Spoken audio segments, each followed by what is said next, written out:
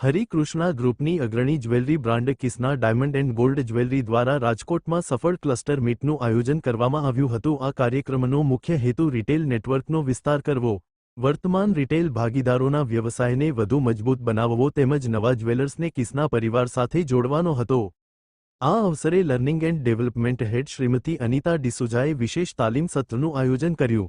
તેમણે ગ્રાહકોની જરૂરિયાતોને સમજવી, ઉત્તમ ગ્રાહક સેવા આપવી, વેચાણ કૌશલ્યમાં વધારો કરવો તથા શોરૂમને મજબૂત બ્રાન્ડ તરીકે વિકસાવવા માટે મહત્વપૂર્ણ માર્ગદર્શન આપ્યું। કિસ્ના ડાયમંડ એન્ડ ગોલ્ડ જ્વેલરીના retail business head Shri Pramod તિવારીએ જણાવ્યું, કિસ્નાનો હેતુ માત્ર પોતાના રિટેલ નેટવર્કનો વિસ્તાર કરવાનો નથી, પરંતુ દરેક રિટેલ પાર્ટનરના વ્યવસાયને નવી ઊંચાઈએ પહોંચાડવાનો છે।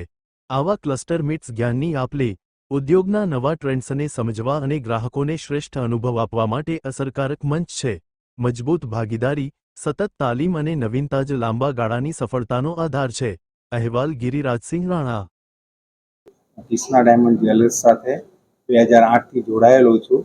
કંપનીનો વ્યવહાર એકદમ ટ્રાન્સપરન્સી અને ક્લિયર છે અને કિસ્નાનું એક લોગન બહુ સરસ છે કે હર ઘર કિસ્ના હર પલ કિસ્ના, એટલે ખુશીઓની હર પલ જે હોય ઘરમાં એમાં તમે કિસ્નાનું ડાયમંડ દાગીનો જે આપો છો એમાં કંપનીનો પણ કૃષ્ણ ભગવાનનો પણ આશીર્વાદ સમાયેલો છે કે ડાયમંડ VVS FG કલર હોય છે, એટલે કોઈ જગ્યાએ કોઈ નડતર હોતું નથી એમાં કે જ્યોતિષ કહે છે ડાયમંડ પહેરાય ના પહેરાય, પણ આ ડાયમંડ કોઈ જગ્યાએ નડતો નથી। આ હંમેશા પહેરી જ રખાય છે આ ડાયમંડ, અને જેને ના પાડી છે એને અમે પહેરાયેલો છે, એને ફર્યો છે। અને એક બેને તો હમણાં એવું કર્યું કે એમની ગાડી વેચીને કિસ્નાના દાગીના લીધા અને કુદરતી લકી ડ્રોમાં એમને ગાડી લાગી કિસ્નામાંથી જ, એટલે એમની એક ગાડી ગઈ હતી સામે ગાડી આવી ગઈ। એટલે આ રીતે કિસ્ના કંપનીનો ટોટલી વ્યવહાર ટ્રાન્સપરન્સી છે અને બહુ સારી ડિઝાઇન ને બધું આવે છે।